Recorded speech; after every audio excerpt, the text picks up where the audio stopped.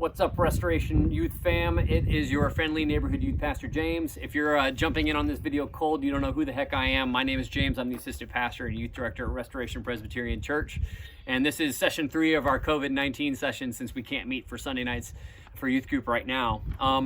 Last week in session 2, we talked about how we ought to keep our hope in God and trust in his goodness because he made all things very good and he's going to restore all things. And we looked at Genesis 1 and we looked at Genesis 3 and we looked at the curses that God pronounced in the first gospel. All these things that happened as a result of Adam and Eve's sin in the Garden of Eden. So this week I'm going to make reference a little bit to what God did in Genesis 3 by pronouncing those curses, right? In Genesis 3:14 through 19 with the first gospel and 3:15. And we have to remember that as we are living in the days of the coronavirus, that the coronavirus is an effect of the curse, right?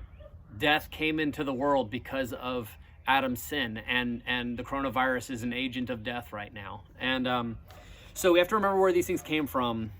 And I think it's not real tough to identify with this feeling that we can feel pretty out of control, like we have no control over things that could do great harm in our world right now. It can feel kind of hopeless when we see how powerful the powers of death are in this world right now. And, so where's our hope lie when we're living in light of the coronavirus, in this fallen world that's broken the way that it is? Here's your one sentence where everything is going tonight, okay? Because the effects and power of sin are so strong, we must put our hope in the one whose power is even greater, and that's Jesus Christ. So when I think of stories where we see this play out in fantasy, but still really memorable, is, if you remember the episode 4 of Star Wars, the old one from the 70s, the bad guys build a Death Star, and then they destroy a planet with it. And then the good guys have no idea how to stop it at first. And so they're terrified over the power that the enemy has to bring death. And at first they don't think they can stop it. And so they're terrified. And I think of the Lord of the Rings stories, right? The Lord of the Rings saga. You have the evil Lord Sauron who's taking over Middle-earth, and he is enslaving and killing, and he is so strong and so powerful, it looks pretty hopeless about how they're going to stop him too. And everybody's afraid. And then you have in the Avengers stories, you have these powerful Avengers who are powerful, but then you have Thanos and his army, and he shows up, and no one Avenger is powerful enough to stop Thanos and his army. And he is bent on killing many, many people and destroying so many things. So, and the Avengers don't always get along real well. So at first, we're wondering where's the hope, Who's going to stop him? Who can stop someone who's so powerful? If you remember the beatdown from the beginning of that movie where Thanos just washes the Hulk, and it's bad. And I think sometimes we look at what's happening with the coronavirus and we kind of go, what's going to stop this? What can overcome this? Because it looks pretty bad right now. So what's any of this got to do with the coronavirus besides just talking about movies and stuff that you guys like to talk about? The hope is, what do we do with this? If we had to deal with, what do we do with this fear when things threaten our lives and the lives of those we care about? Where's our hope in that? So I know there's a range of emotions many of y'all are probably feeling as you watch this week, with school being out for the rest of the school year in the state of Georgia. And some of y'all are probably pretty excited that you don't have to go back. You have some online classes that maybe aren't so bad, so you're kind of coasting. You're getting a lot more video game time and time to do whatever, and I'm glad for you if that's where you're at. And some of y'all, the homeschoolers, being told that you have to do school from home, you're just kind of going, okay. and I'm happy for you that it doesn't disrupt your life too much. I'm sorry for some of the things you can't do right now, though, out and about. And then there's some of y'all who I know are just like, you're really disappointed right now and really sad. And I don't blame you. I don't blame you for being sad and disappointed right now because of how your lives have been disrupted. You had hopes to go do all kinds of things and be at various places, and a lot of those things are postponed or even canceled outright, and you're feeling disappointed. And it's okay to be sad. And it's okay to be angry about those things. It's not okay to sin against people in our sadness and our anger, but it's okay to feel sad and angry. So take those things to God. And I think some of you are even feeling this worse than the school thing, because you know people who are either at risk, especially from this virus, or you know people who have it. Our congregation is not immune to the coronavirus, and there are people who already have it. So it's a scary thing, and it's okay to take your fear to God and to cry out to Him right now in this time. And I think the worst part for all of us is just knowing how helpless we are in the midst of all this. None of us has the power to stop what's already happened, and it's going to be a while until things slow down. So we have this privilege, though, in the midst of things being so hard, because right now we can see so clearly how powerless we are in the face of such a terrible, destructive force. And I looked at the data yesterday, and right now they're forecasting that by August 4th, 3,000 people will die as a result of the coronavirus in the state of Georgia alone. For some perspective, at the 9/11 attacks, just under 3,000 people died in that one attack. And then in Pearl Harbor in 1941, just under 2,500 people died as a result of that attack. And in the state of Georgia alone, by August 4th, they're forecasting 3,000 dead. There are 50 states in America.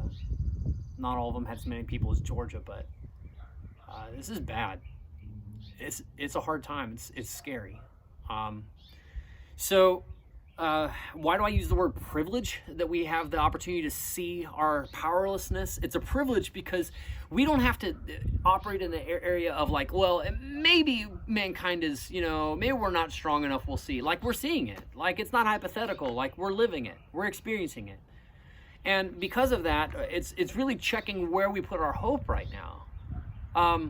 The muck of the world is in our face, but are our eyes being open to where our hope ought to be because of it? So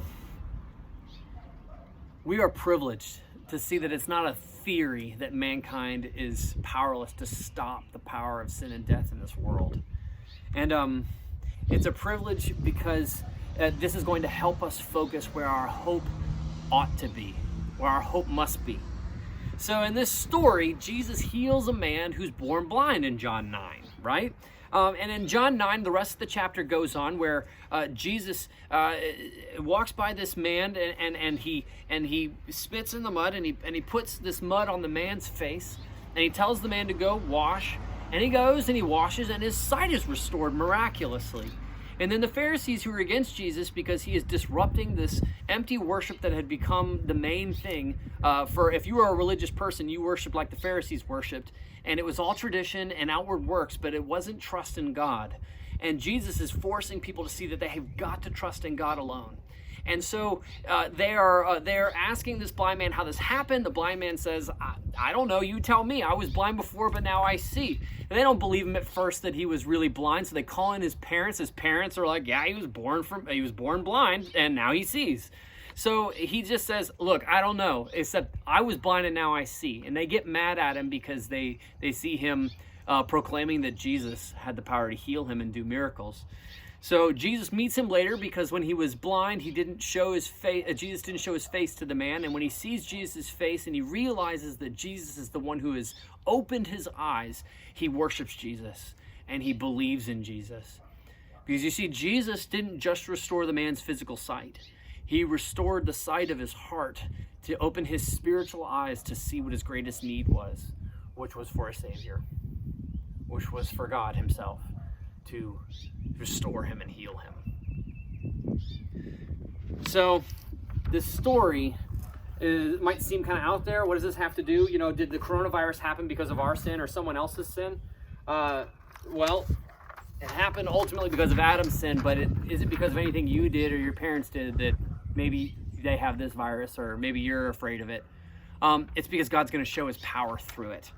So God showed us through this story that Jesus has the power to help us to see what is most important, to see what matters most, to see that our greatest need is not for a vaccine or a cure, though those things are coming. I'm sure they are in due time. But what our greatest need is to be united to Christ. the lover of our souls. He has given us the power by faith to see that we were made for more than ourselves, made for God and for our neighbors. He has given us the power to see that even though we may die in Christ, we are destined for glory for eternity. He gives us the ability to see that though the power of sin and death may rage, his power is greater and will triumph in the end. So in the movies I mentioned before, the forces of good always overcome those forces of evil. In Star Wars, they don't build a bigger, better Death Star. They send the guy in who has the power to attack it right where it has to be attacked so that it can be stopped. And they win. And in the Lord of the Rings, they build an army, but the army is not what defeats the army of Sauron. What defeats the army of Sauron is sending in a lowly little guy called a hobbit. And he goes into the place where he can destroy the Ring of Power and therefore destroy the power of Sauron. The power of good was stronger there too. And then you have in the Avengers, though the Avengers don't get along all the time, they finally realize that when they come together, they together are strong enough to defeat Thanos and his evil powers. So we're not going to defeat the powers of sin and death by human strength. We're not going to just try harder to beat the powers of sin and death. We have to rely on the one whose power is even greater. And Jesus gives us eyes to see that. So what's it mean for us? It means that there will still be loss that we're powerless to prevent. And if we want to have hope, we've got to put it where it won't fail us. So this broken and corrupted world is destined for glory and restoration. Don't forget that. And don't forget what God was willing to do through Jesus, and what he did, and what he is doing, and what he will do. So remember the gospel, right? On Sunday nights, I ask you this every night. What is the gospel? The gospel is good news for sinners through the life, death, resurrection, and promised return of Jesus Christ. Don't forget where your hope lies. So this world is broken, yes, but it's not the whole story. Remember how it got that way, and remember what God is doing about it. Jesus is the one whose power is greatest, and he has come to reverse the curse that we talked about from Genesis 3. So remember, because the effects and power of sin and death are so strong in this world, we've got to put our hope in the one whose power is even greater. We've got to put our hope in Jesus. So this week, I hope that this message helps keep you grounded. I hope God's word helps keep you grounded, and it helps you keep your hope where it should be. I want to encourage you to love God this week through devotion and through reading the scriptures and through singing praises and through encouraging other people. Love God by loving your neighbors. I'm recording this on my front porch, and I ask myself every day, is there something that I can be doing for my neighbors across the street and next door right now as a lowercase r restorer that Jesus makes all of his people to be? So that's it for this week. Remember that as you're united to Christ, it's not quite like the Avengers, but he, the big R restorer, makes us all little R restorers to go out and love our neighbors and to be agents of hope in a world that is in for a tough time right now. So don't lose hope, Restoration fam. I love y'all. I miss y'all. Leave me a comment, like this video, share it if this was helpful to you. And I look forward to catching up with y'all on social media and all that kind of stuff. And I can't wait for when we can see each other again in person. Until then, peace and blessings.